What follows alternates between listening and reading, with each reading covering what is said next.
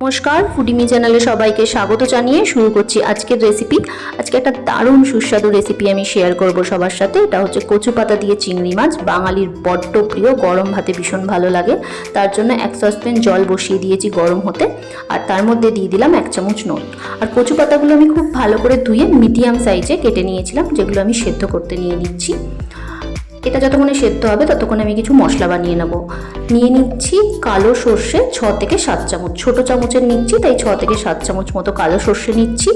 আর ছোটো চামচে 6 থেকে 7 চামচ মতো পোস্ত নিয়ে নেব, আর সাথে 4-5টা কাঁচা লঙ্কা, যেটা আমি জল ছাড়াই প্রথমে গুঁড়িয়ে নেব। জল দিলে কি হয়, মিশ্রণটা খুব ভালো মতো হয় না, সর্ষের খোলাগুলো ভালো করে পেস্ট হতে চায় না।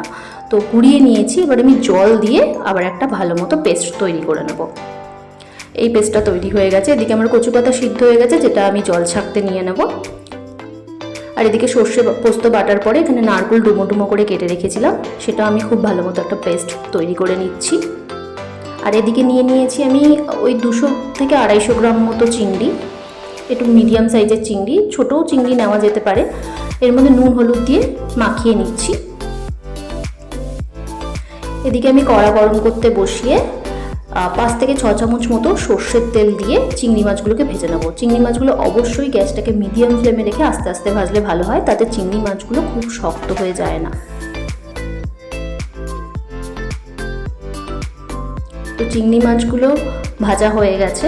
চিংড়ি মাছগুলো তুলে নিয়ে সেম তেলেই আমি আরও কিছুটা তেল অ্যাড করব, 2 চামচ মতো আরও সর্ষের তেল অ্যাড করে আমি 1 চামচ মতো কালো জিরে ফোড়ন দিয়ে নেব। কালো জিরেটা একটু ভাজা হয়ে আসলেই যে কচু পাতাটা সিদ্ধ করে রেখেছিলাম সেই কচু পাতাটা আমি আগে দিয়ে নেব। জলটাকে খুব ভালো করে ঝরিয়ে নেওয়ার চেষ্টা করবেন, যাতে জল কোনো রকম না থাকে। তো এটাকে বেশ কিছুক্ষণের জন্য নাড়াচাড়া করে 5 মিনিট মতো হতে দেব। এর মধ্যে দিয়ে নিলাম আমি নুন আর হলুদ।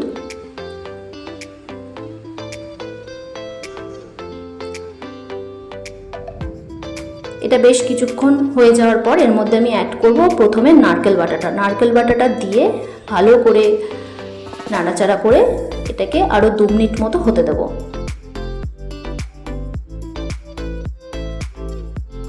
এবার নারকেল বাটাটা দিয়ে বেশ কিছুক্ষণ হয়ে গেলে তারপর আমি সর্ষে পোস্ত যেটা বেটে রেখেছিলাম সেটা অ্যাড করব। সর্ষে পোস্ত বাটাটা দিয়ে তারপর আরও কিছুক্ষণের জন্য এটা হতে দেবো, যাতে সর্ষে পোস্ত নারকেল ভালো করে কচু পাতাটার সাথে মেশে সেদ্ধটা যাতে খুব ভালো মতো হয়।